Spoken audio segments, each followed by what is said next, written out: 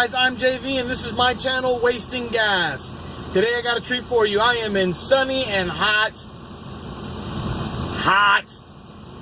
so hot, in Orlando, Florida. Alright, I'm down here on some business and some personal stuff and things that you'll be finding out about soon. But I'm taking this opportunity and I've got a couple cars that I was happy enough to be able to get loaned to me to be able to do some little reviews about.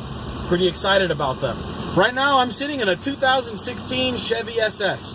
This car's got the LS3 engine, 425 horsepower, 425 pound-feet of torque. Some people like to affectionately call it the four-door Corvette, and let me tell you something, it very much is. Alright, it very much is. This thing's a beast. It's a lot of fun. It's a lot faster than it probably needs to be, than it should be. This car has got the automatic option, so it's not the manual. I don't know if these things even come with a manual. I think they do come with a manual. But this has got the automatic option. It's got the little flappy paddle auto shifters, but it's still running through a torque converter, so it's not nearly as in tune as, say, a dual clutch system would be. But it's still not bad. You know, you give it a little hit and it works. It does what it's supposed to do. This car has been updated, though, with a lot of the Holden swag. For those of you that don't know, these cars, along with the G8 before them and the GTOs before them, are actually versions of the Holdens that are made out in Australia. This car is the Holden. It's got all the Holden swag. It's got the airbags and the emblems on the outside and all that kind of stuff, the bigger SS symbols. So it looks kind of cool. I mean, you know, the owner to each his own. I can't say too much. He's just letting me drive his car. So, thanks. This car's outfitted with a bunch of Alcantara and suede seats, suede inserts. Let me tell you, this is a truly comfortable, truly luxurious car. Right up there with Mercedes. Obviously, I'm not going to say it's up there with like a Mercedes S-Class, but certainly up there with C-Classes and, you know, that kind of level, the E-Classes and whatnot.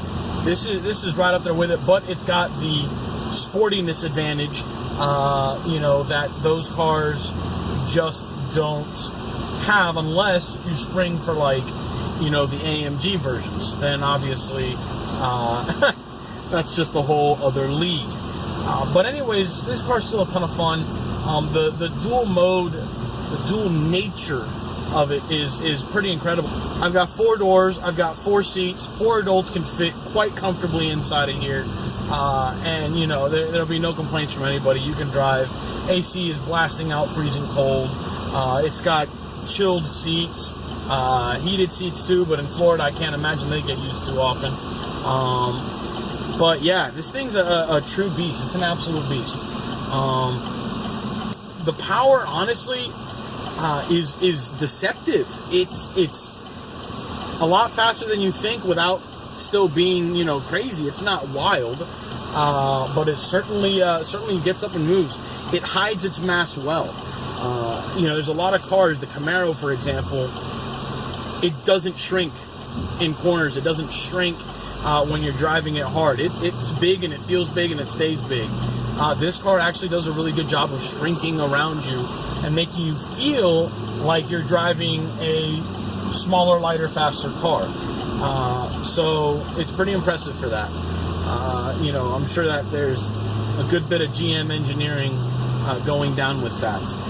Anyways, yeah, so basically I'm just kind of driving around here looking for a little bit of an open stretch, have a little bit of fun with the car, and kind of see what it can do. Unfortunately, this being Florida, there's still curves. There's nowhere to steer other than a racetrack. They don't believe in that here. They believe in straight lines. I mean, I guess everything's flat. There's no reason to ever have to curve around a hill or anything. So, you know, they just make boxes around lakes and stuff and come back around. It's really boring, but it is what it is.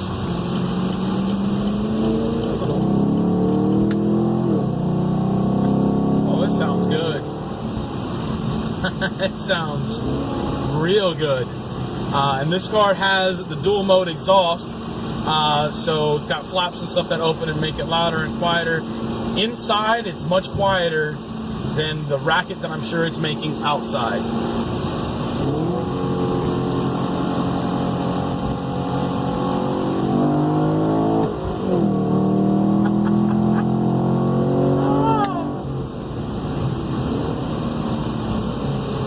Yeah. This is pretty good. This is pretty good.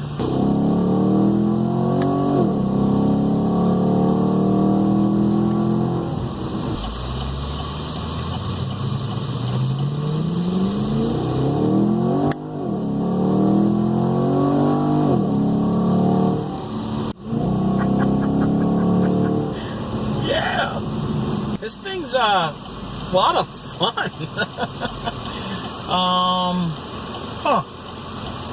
Maybe I need to think about one of these instead of the Mercedes, especially given some of the life changes that are coming. Anyway, this car's pretty awesome. Make sure you check one out. I think the greatest thing about this is they're just not that expensive. I'll put the price somewhere over here. I don't know. I'll put the price somewhere. But I think they're pretty cheap. I mean, relatively. Obviously, we're talking, you know, cheap is a relative thing. But as compared to other cars with this kind of performance, you know, I'm sure this is hanging with M4s and whatnot. Certainly in the luxury and build quality of the car, if not all-out performance. Matter of fact, the owner of this car is a huge BMW freak.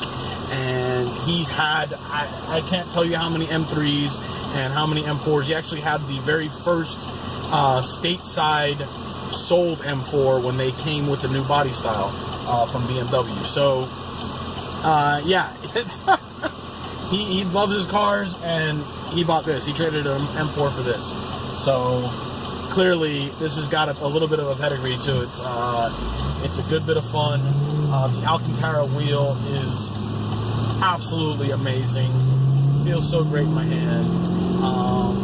Everything about this car is just pretty awesome. Heads-up display is in color.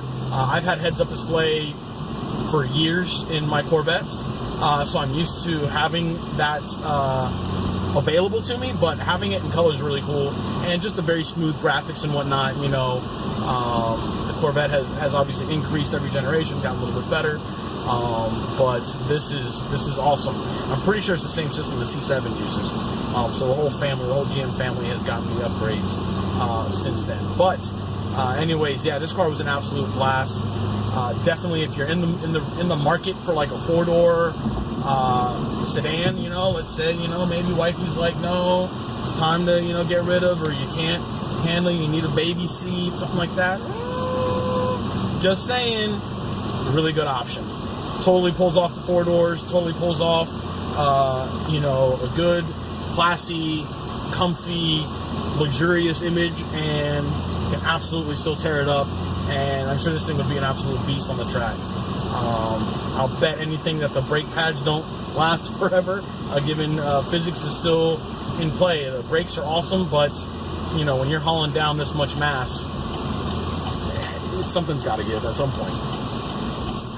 So anyways, yeah, this car's pretty awesome. Don't forget to subscribe. Don't forget to hit like, comment. Let me know if you've driven one of these. Let me know if you know anything else about them, if you've seen some. If you like them, you don't like them. If you like me, you don't like me. All that good stuff. You know, whatever. Hey, rock and roll.